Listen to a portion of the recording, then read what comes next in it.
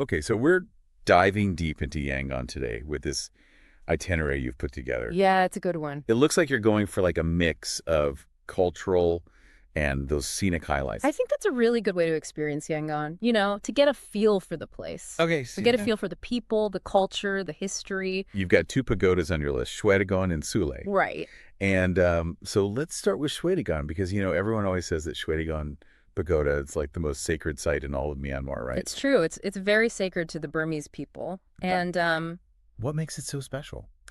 well, I mean, first of all, you have to see it to believe it. Oh, It is really visually stunning. okay. It's this massive, shimmering golden pagoda. I mean, we're talking tons of gold Wow. covering this structure and then thousands of diamonds. Oh, wow. So it's not just a religious site, it's also a huge display of artistry and wealth, really on a scale that's kind of hard to imagine until you've seen it.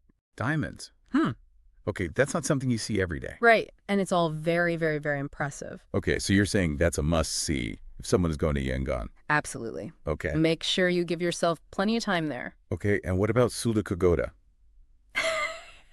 Because Well, Sule Pagoda is very old. In fact, some people think that it's even older than Shwedagon Pagoda, Oh, wow. but it's much smaller. Okay. But it's still very significant. It's right in the heart of downtown Yangon. Okay. And it's kind of amazing to think that, as the city grew up around it, it's always been there, this constant presence in this, ever-changing city. I love that. It's really amazing. A constant in the city's ever-evolving story. Exactly. Okay, so moving on from temples, Right. you've also got Bogyoke Aung San Market on here, Yes. which a shopper after my own heart. Of course. So tell me about this market.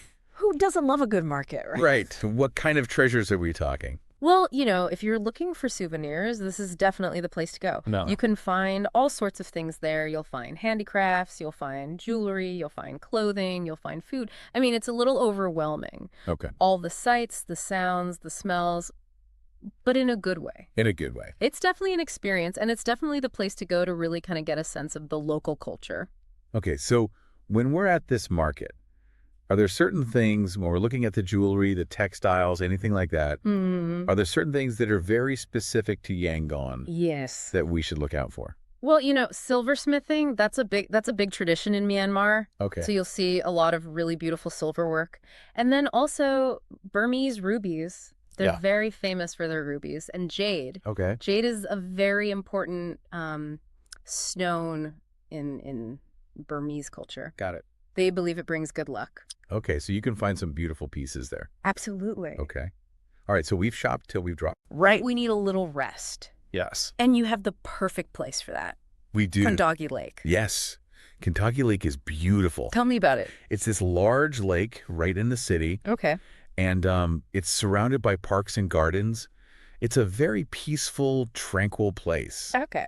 It's hard to believe you're right in the middle of a bustling city when you're there. And you can see Shwedagon Pagoda You can, yeah. from the lake. Yeah, you get a beautiful view of it from the lake. Oh, okay, nice. So you get the best of both worlds. Okay, You can enjoy the peace and quiet, and then, when you're ready, Right. head back into the city. perfect. All right, so If we can plan. last but not least, Yes. Chaukhtatgyi Buddha Temple. Yes. Now, I have to ask, what makes this Buddha statue stand out? Because it seems like they're all pretty magnificent to me. Well, this one is it's famous for its size. Okay. It is massive. Okay. It's 65 meters long. Wow. To put that in perspective, that's longer than a Boeing 737. That is really hard to wrap your head around. It is. You really can't appreciate the scale of it until you're standing right in front of it. Wow, yeah. You need to see that in person. You do. Okay, so, I mean, really, it sounds like every single one of these things on this itinerary is something that you kind of have to see in person to really, truly appreciate, right? Yeah, photos and videos don't really do it justice, do they? Yangon is a city that really has to be experienced to be fully understood. There's this incredible energy, this vibrancy that's hard to put into words, from the spirituality of the pagodas to the bustle of the markets. It's a sensory feast, and it's a place that will stay with you long after you've left. I love that. And you've given us a fantastic overview.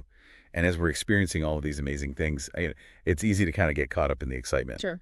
But what are some things that we should keep in mind? Like, how can we really be respectful and mindful travelers Mhm. as we're experiencing these amazing, sacred sites, these cultural experiences. Yeah, that's a really important point. I think the main thing is just to remember that these places aren't just tourist attractions. Right. They have deep cultural and religious significance for the Burmese people. Right. So, dress modestly, be mindful of your behavior. Yeah. Don't be too loud or disruptive, and be respectful of the local customs and traditions.